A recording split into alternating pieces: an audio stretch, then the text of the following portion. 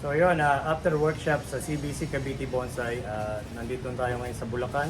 Hinatid tayo ni Idol Aman, tsaka ni Idol Lawrence. So yun. Ang gagawin ngayon natin ay magre-repat tayo ng finish na Hibiscus Taiwan. So yun nga pala, shoutout nga pala kay Idol Aman. So ayan, kasama natin sa pagre-repat yan. At si Idol Florence. So ayan, silang dalawa yung makakasama natin ngayon. So ang gagawin natin dito is papalitan natin ng terracotta pot. Ayun. So, yung paso na yan ay galing kay Lake City Bonsai Pot and Accessories kay Attorney. So, shoutout nga pala kay Attorney. Maraming salamat po sa napakagandang terracotta na ito. So, ngayon, ang ginagawa namin ay dahil i-repat para hindi ma-stress yung puno. So, nung nakaraan pa dapat ito i-repat. So, ang problema, inabutan ng dahon.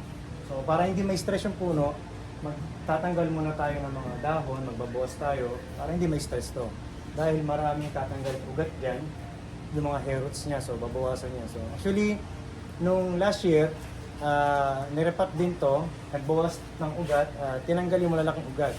So tinira lang natin yung mga hair roots niya. So ngayon, ganun ulit ang gagawin natin. So magbabawas ulit tayo para sumakto doon mismo sa tamang paso niya. So tara! So yun nga pala, shoutout nga pala kagabi na nagpunta sa Paradiso kay Sir Boy P na si Idol Jerry at saka yung kapatid niya. So maraming salamat at nag-effort pa talaga kayo magpunta para magkita-kita tayo. Yung at doon nga pala sa workshop na kahapon, doon sa nag-host na si Sir Paul, maraming salamat din po at shoutout din po sa inyo. At kay Sir Boy P Pangilinan na nag-host kagabi. Doon kami natulog at kumain at nagkwentuhan hanggang alas 12. So maraming salamat po sa inyo.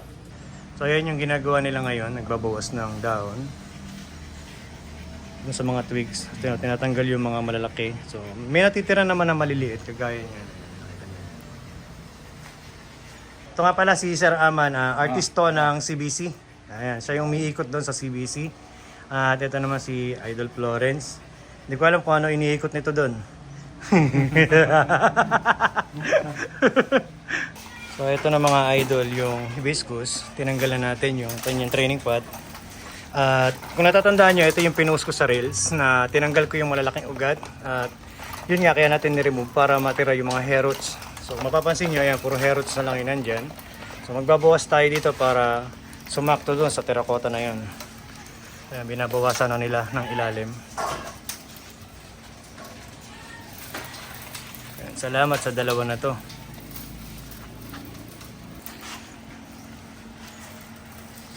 So makuha lang dapat namin yung ganitong size sa kanya para doon pumasok.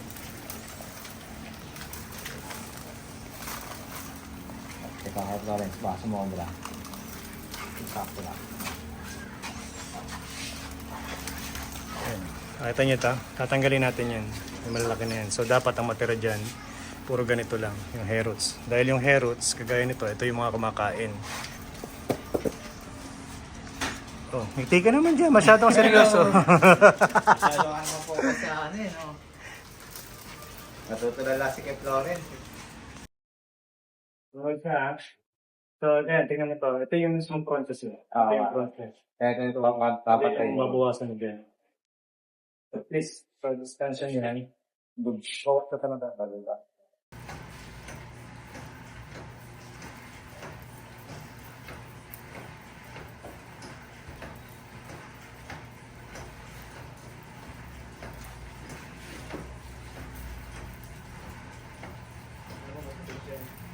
Yan nakalagay yung motivate. Sama-sama yung mga ugat.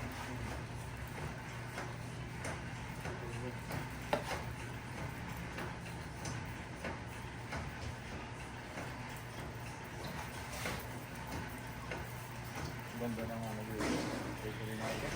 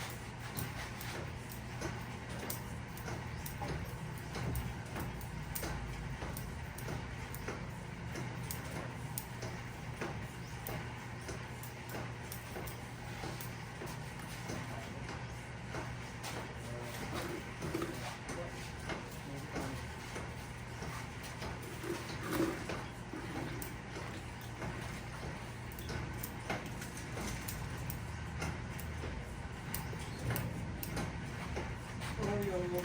Hello. How are you?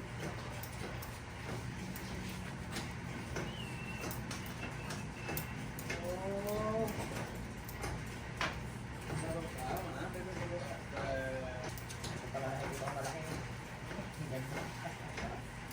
Puro lang gamay na siya. Puro lang ng head. Sila yung pala malaki, oh. Puro lang gamay.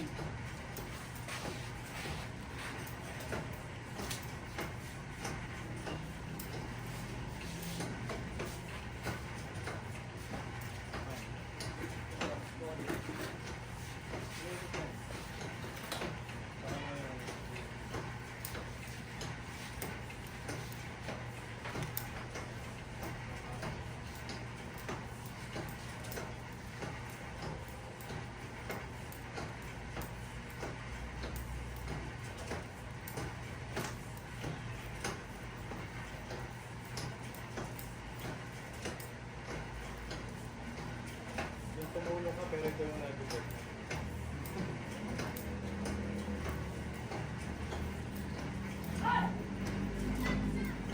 Ako po ang makakita ng black pump na... Ano kaya ako Pagela?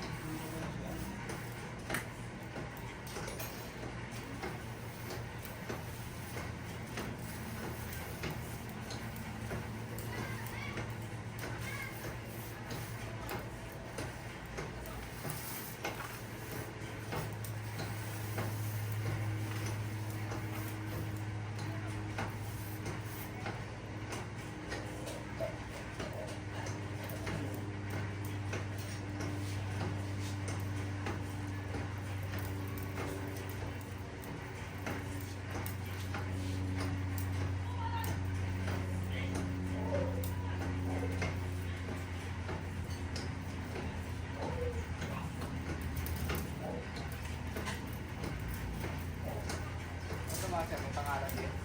Ha? Pangalan din sa bonsai mo? Design. Ito nga pala. Ito nga pala. Ito sa Sahay.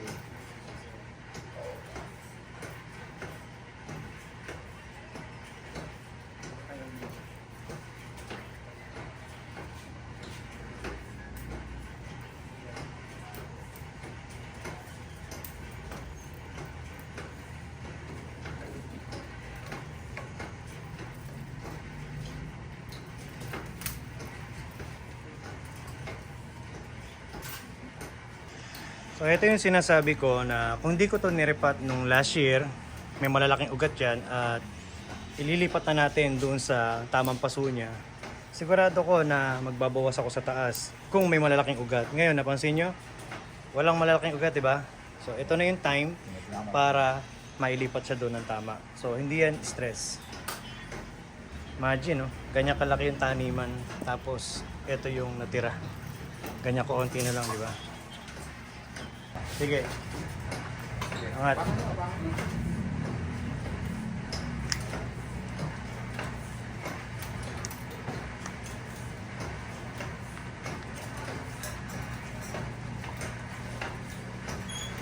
Teka lang. So napag-decide na tayo sa ng front. Sige, pihit mo. Sige pa. Okay. Yan. Tukod yung ano eh. Yung lapad niya nakuha din naman. Oo. Yun, ayos na. Sa balance dun, nasakto yung sukat dito. Parang konting hila pa nga dito, Master, no? Ano? Konting hila pa sa akin. Parang dito, parang konting hila pa dito. Parang lumayo naman siya ng konti. Kasi isang piece lang yun. Sige. Hilahin mo na konti. Hilahin mo ng konti. Tama naman. Okay?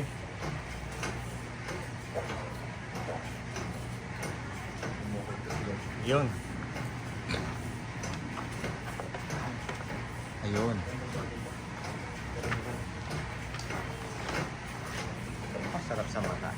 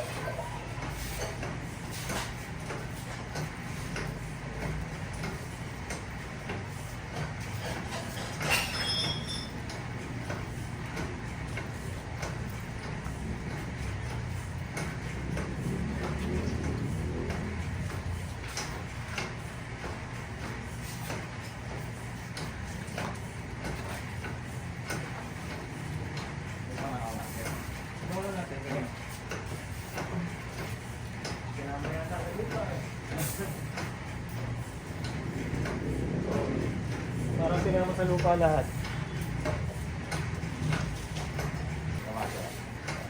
Sige.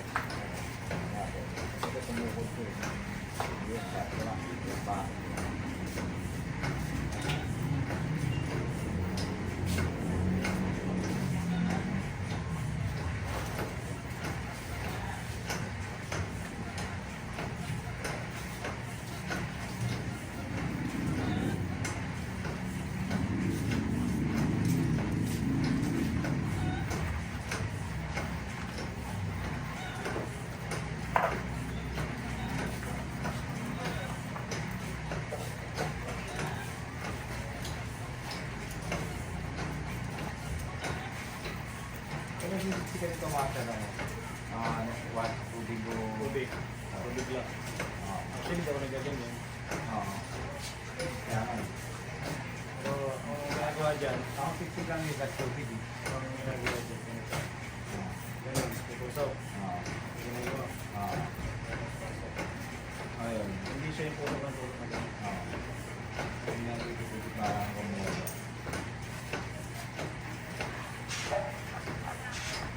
Ito, pero vintage. Kung mag-iwan mo, ito. Mga binita ni Florence.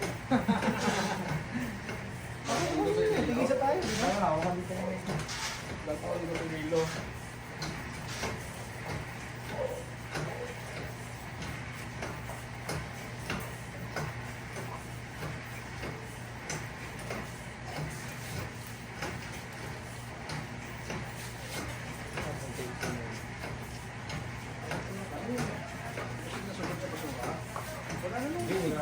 Ito. Ah.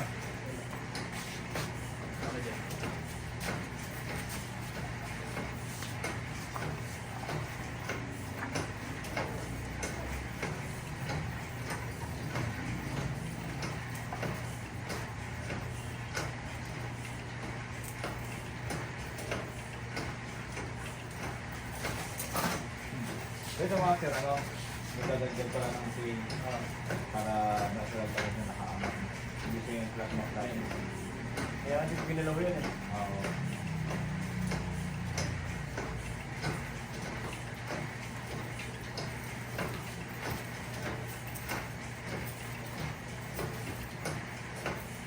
Kailangan ko na pala mo naman. Kasi nito na nga yung dagaan niya. Hindi ka sasali, sabi mo isali. Hindi. Habol yun. Kasi yun pa naman yan.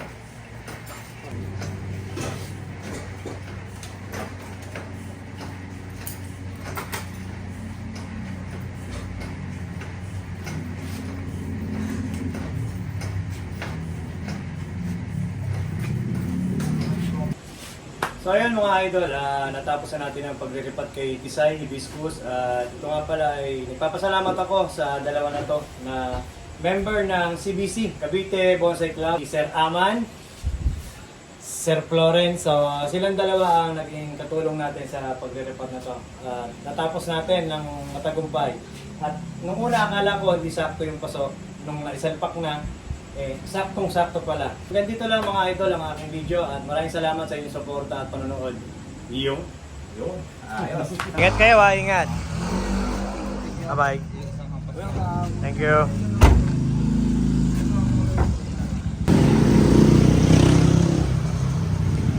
Ingat. Bye-bye. Maraming salamat. Bye-bye.